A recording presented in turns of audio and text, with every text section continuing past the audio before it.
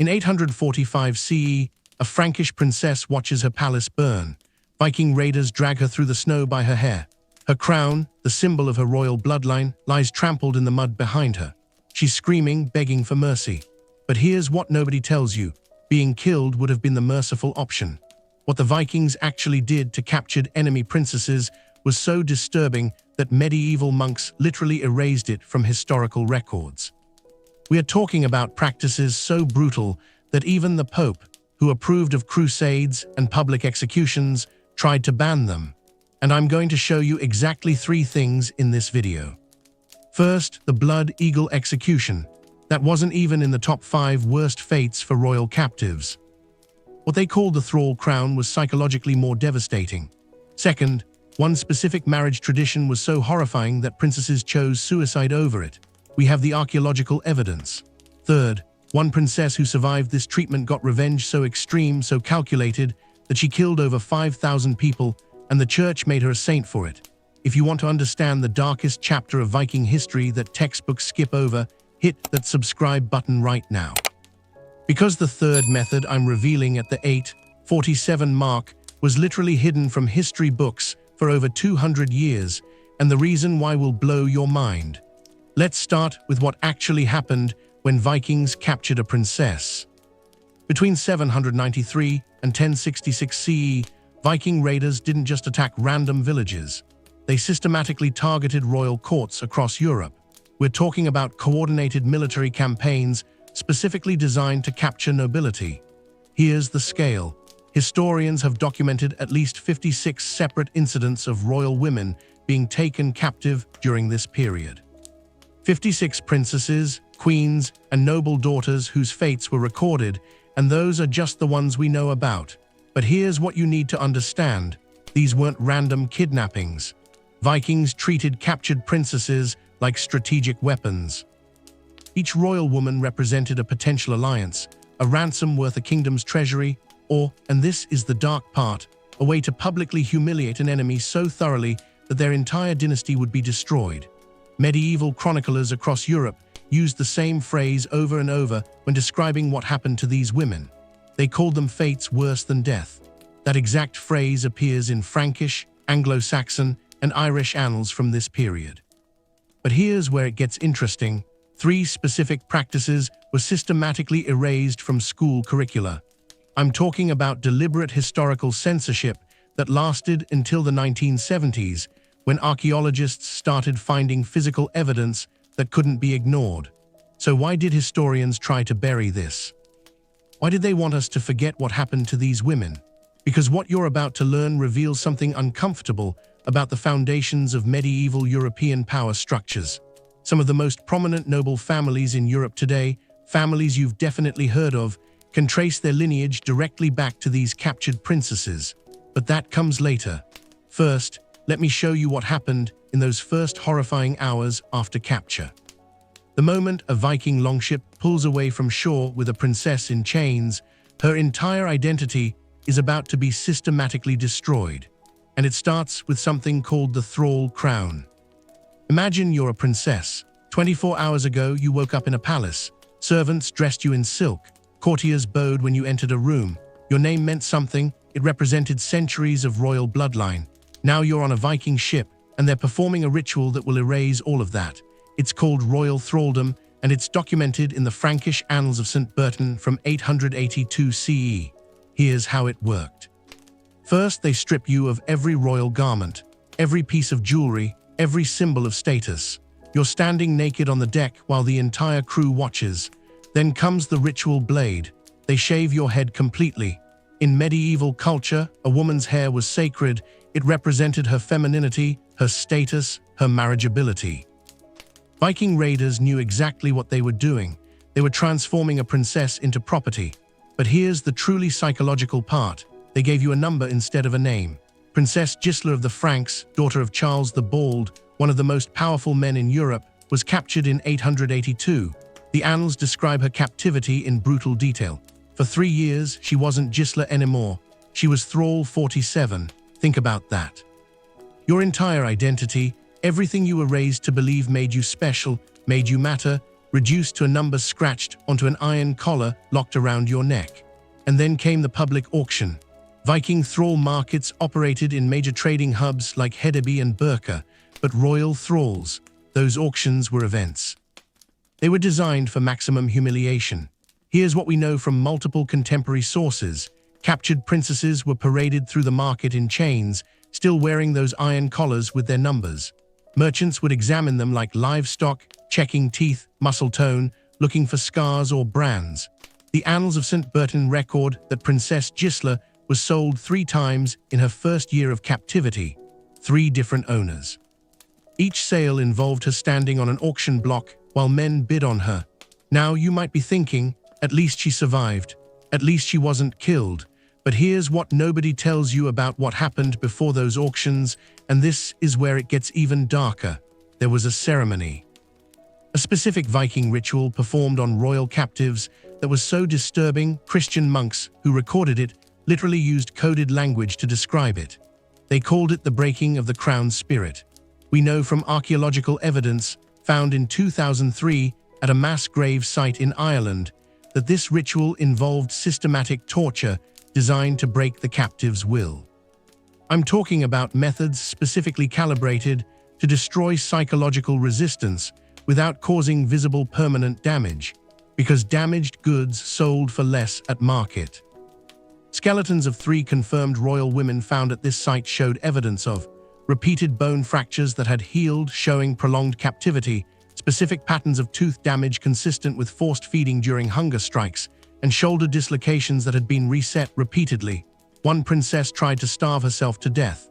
They broke her jaw to force feed her, let it heal, and she tried again. They broke it again.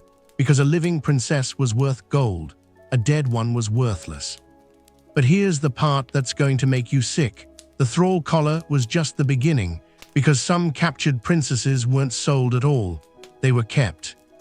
And what Vikings did with the princesses they kept was so brutal that the Pope sent a specific letter in 865 CE trying to ban the practice. Don't click away yet, because what I'm about to show you next reveals why some royal women chose death over capture. In 847 CE, Princess Thyra of Denmark was captured by a rival Viking faction. She was 17 years old. Over the next 12 years, she would be married 7 times, not widowed, not divorced, married simultaneously. This was called the Peace Bride tradition, and it's one of the most twisted political systems ever devised. Here's how it worked. When a powerful Jarl captured an enemy princess, he couldn't just ransom her or sell her. That would make him rich, but it wouldn't secure his political position. So instead, he used her as a human treaty. He would marry her to one of his allied Jarls in a neighboring territory. That marriage represented a political alliance. Her royal bloodline legitimized the Jarl's authority in his region. But here's the sick part. The marriage wasn't exclusive. She would be passed to the next allied Jarl, and the next, and the next. Each marriage lasted anywhere from 6 months to 2 years. Each ceremony was public. Each one was legally binding under Norse law. Saxo Grammaticus, a Danish historian writing in the 12th century, documented Princess Thyra's specific case because it was so extreme that it became legendary. In his Gesta Danorum, he writes, "The Princess Thyra was made bride to 7 lords, each in turn taking her as wife while the others lived. She bore children to 3 of them, yet was called virgin by poets, for her spirit never submitted." Think about what that means.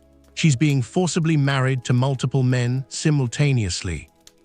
She has children who are taken from her and raised as heirs to these various Jarls. She's being used as a breeding program to legitimize multiple political dynasties, and each marriage ceremony was designed to break her psychologically. Imagine, you're standing in a great hall. There are witnesses, hundreds of them. Your husband from the previous territory is standing right there, watching as you're married to a new man. You're wearing traditional bridal clothes. There are priests performing the ceremony. It's all legal, all sanctioned, all normal. And here's the archaeological proof that this wasn't just one case. In 2011, researchers identified a burial pattern in Norway and Iceland that had puzzled them for decades. They found graves of high-status women who showed genetic markers indicating royal European bloodlines, but these women were buried in Norse tradition as wives of Jarls. The DNA evidence showed something shocking. Many of these women had children with multiple men whose grav were in completely different regions of Scandinavia, sometimes hundreds of miles apart. We are talking about genetic proof of this systematic practice. Princesses captured, married to multiple jarls, bearing children for different political factions, then dying far from their homelands. But here's where it gets even darker. In 865 CE, Pope Nicholas I sent a letter specifically condemning this practice. He called it abominable marriage and threatened excommunication for any Christian ruler who participated. But here's what's buried in that letter, and this is information that wasn't widely known until historians retranslated it in 1998. The Pope wasn't just upset about the political marriages. He was condemning a specific ritual that accompanied them. In the original Latin, he described something called the Gauntlet of the Bride, a ceremony where the captured princess would be forced to walk between two lines of warriors while being struck. I'm going to be direct here because this is documented history. Before each marriage ceremony, the bride had to walk through two lines of armed men who would beat her with the flat of their swords. Not enough to cause permanent injury, but enough to bruise, to humiliate, to remind her that she was property. This detail was literally edited out of most medieval manuscripts by later Christian scribes who found it too disturbing to preserve. We only know about it because of 3 surviving uncensored copies of that papal letter. Now, you're probably wondering, did any princess ever escape this fate? Did anyone fight back? Yes, one did. And what she did was so brutal, so calculated, so absolutely devastating that when you hear the full story at the 14-minute mark, you're going to understand why they made her a saint. But first, I need to show you the third practice, because it's the one that historians literally tried to erase from the archaeological record. And don't click away, because the physical evidence that proved this practice was real was only discovered in 2018. In 866 CE, Vikings conquered Northumbria in what's now northern England. King Osbert died in battle. His sister, whose name was erased from records, we only know her as the Princess of York, was captured alive. 3 days later, they made her watch them kill her brother's children, her nephews, ages 7 and 9, but watching wasn't enough. They made her participate. This is documented in the Anglo-Saxon Chronicle, and it's one of the most disturbing entries in medieval historical records.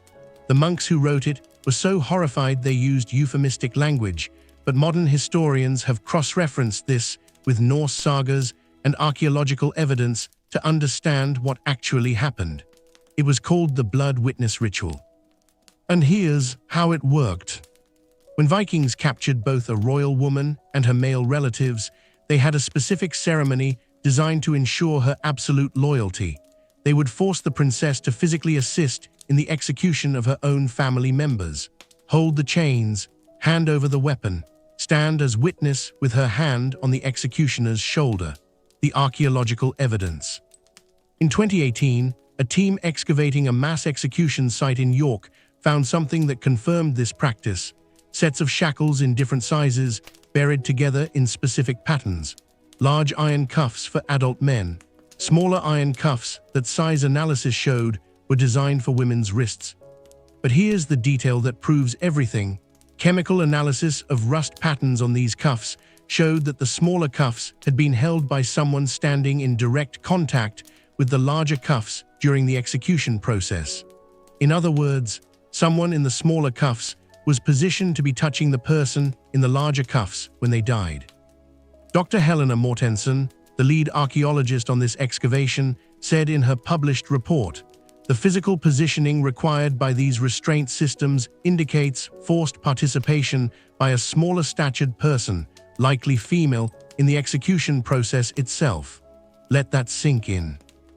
They have physical proof that women, almost certainly royal captives, were shackled in a position where they had to be in physical contact with their family members during execution. But here's what nobody tells you about why the Vikings did this.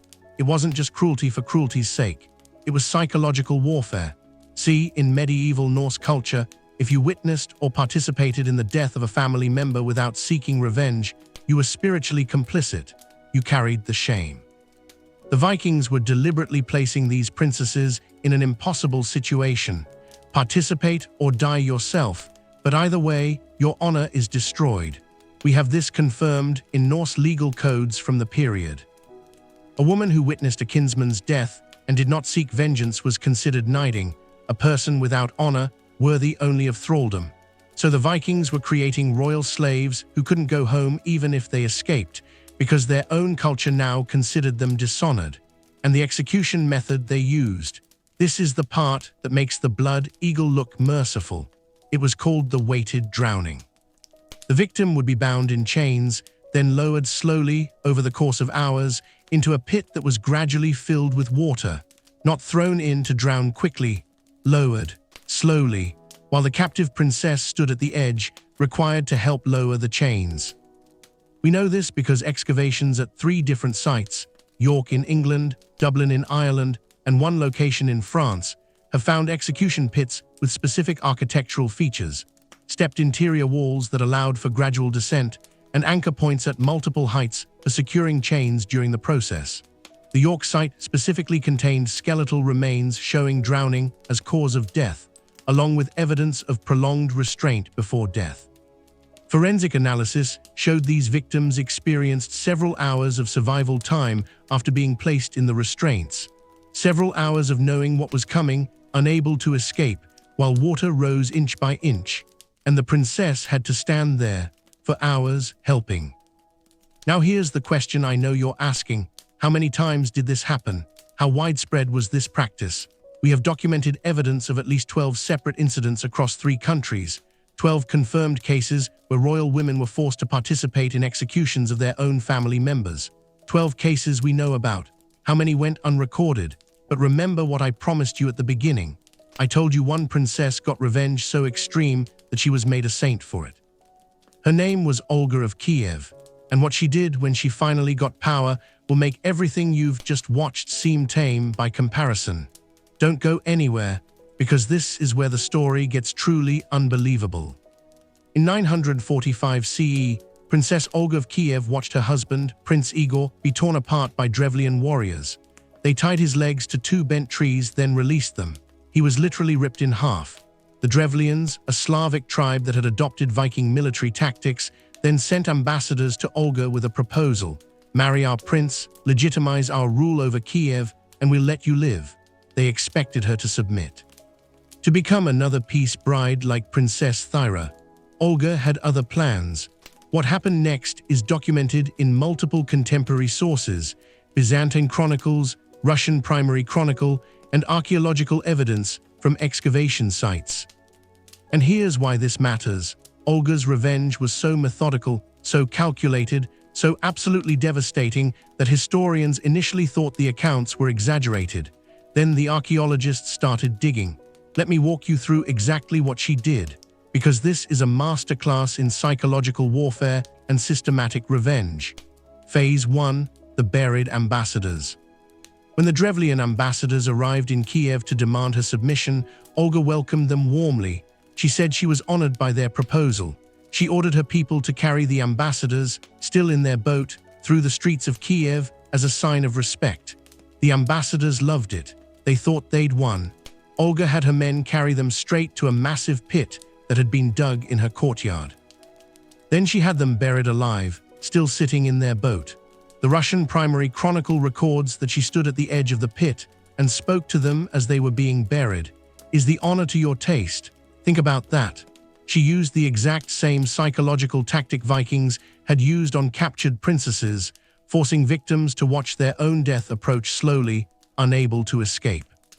In 2003, archaeologists excavating the old site of Kiev found a mass grave containing the remains of a wooden boat and 17 male skeletons showing evidence of live burial, soil in the airways, defensive positioning of bones. The dating matches exactly to 945 CE. Phase 2: the bathhouse inferno. Olga then sent a message to the Drevlian prince: "Send your best men to escort me to your lands, so I may come to your palace in honor." The Drevlians sent their elite nobles, the most distinguished men in their tribe. The Russian primary chronicle says it was exactly 47 of them. When they arrived in Kiev, Olga offered them the luxury of a traditional bathhouse before the journey. It was customary, an honor for distinguished guests. The nobles entered the bathhouse, servants heated it, everything seemed normal. Then Olga ordered the doors barred from the outside and the building set on fire. All 47 burned alive. But here's the archaeological evidence that proves this wasn't legend. Excavations in Kiev between 2015 and 2017 identified the remains of a 10th century bathhouse structure that had burned catastrophically. Inside, they found the skeletal remains of 43 individuals, all adult males, showing evidence of death by fire. Chemical analysis of the door remains showed the wood had been barred from the outside using iron brackets that were added after the structure's original construction, exactly matching the chronicles' description. Phase 3, the Feast of Ashes. Now Olga sent another message. I'm coming to my husband's grave to hold a funeral feast. Prepare the ceremony. The Drevlians, somehow still not understanding what was happening, prepared an elaborate funeral feast. 5,000 people attended, basically the entire military and political leadership of the Drevlian tribe. Olga's forces served the mead, waited until everyone was drunk, then they slaughtered all 5,000. The Russian primary chronicle is explicit. Olga's army fell upon them and killed 5,000. And here's the archaeological evidence. The mass grave site at Iskorostan, the Drevlian capital, contains the skeletal remains of thousands of individuals from a single violent event dating to the mid-940s CE. The positioning of bones shows these people weren't killed in battle. They were massacred while seated or prone, consistent with being attacked while drunk or incapacitated. Multiple skulls show evidence of execution-style wounds, single strikes from behind or above, suggesting victims who weren't fighting back. Phase 4, the Bird Army. But Olga still wasn't done. She returned with her full army and laid siege to Iskorostan. After a long siege, she sent a message. I've had my revenge. I'll end the siege if you pay a small tribute, just 3 pigeons and 3 sparrows from each household. The Drevlians, desperate, agreed immediately. Olga's forces attached small pieces of sulfur wrapped in cloth to the birds' legs, set them on fire, and released them. The birds flew back to their nests in the thatched roofs of Iskorostan. The entire city burned in a single night. The Russian primary chronicle, there was not a house that was not burned, and it was impossible to extinguish the flames because all the houses caught fire at once. Archaeological excavations at Iskorostan show a catastrophic burn layer dating to the mid-10th century that destroyed approximately 90% of the settlement simultaneously. The destruction pattern is consistent with multiple ignition points throughout the city, exactly what would happen if burning birds landed on thatched roofs across the entire settlement. Now here's the part that's going to break your brain. The Christian Church made Olga a saint. She's Saint Olga of Kiev. Feast day, July 11. The Orthodox Church calls her equal to the apostles. She's literally venerated as one of the most important figures in Russian Christianity. Why? Because after her revenge was complete, she converted to Christianity and spent the rest of her life spreading the faith across Kievan Rus. The church essentially said, yeah, she killed thousands of people in creative and horrifying ways, but she did it before she was baptized, so it doesn't count. But here's the real historical consequence of Olga's revenge that historians don't emphasize enough. After 945 CE, Viking and Viking-allied groups stopped targeting Slavic royal women for capture. The practice shifted almost entirely to Western European targets, Frankish, Anglo-Saxon, Irish nobility. We can track this in the historical record.